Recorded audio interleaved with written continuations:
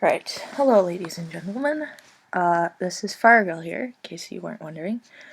I have a bunch of old lore, and I decided instead of just copying and pasting a bunch of text that nobody's gonna read, I would decide to read it.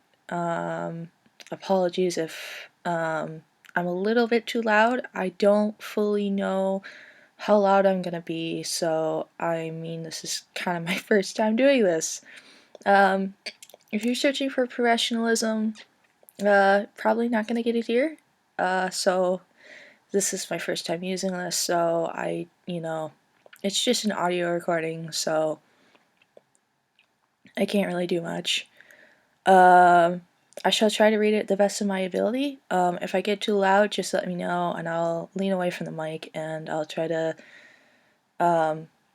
speak in a quieter voice. But sometimes, for the story's sakes, I kind of have to be loud, so just a warning for headphone users.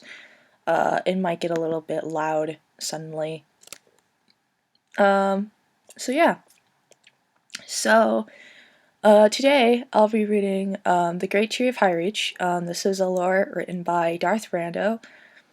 And yeah, so I'll be reading it, and it's it's short, so I won't be segmenting it into different segments or anything like that. I'll just keep it as one thing, and then I'll continue. Let's see. Alright. Ahem. The Great Tree of High Reach has existed for far longer than there have been people living in the Western Isles. It is said that the tree even predates the arrival of the Dark Elves. This is the legend of the Great Tree. Long ago, there was a druid named Amelia, who was unequaled in power, skill, and knowledge. She was so powerful, it was said, that she could not only converse with animals, but could also trade bodies with them. During her centuries in isolation, she would often fly through the skies as birds or swim in the depths as beasts of the sea. Beyond animals, she was so powerful that she was even able to merge with plants. For 300 years, she lived completely alone, shunned from any form of civilization. She preferred instead the company of plants and animals. Then a group of wood elves seeking safe haven from the plague landed on her island.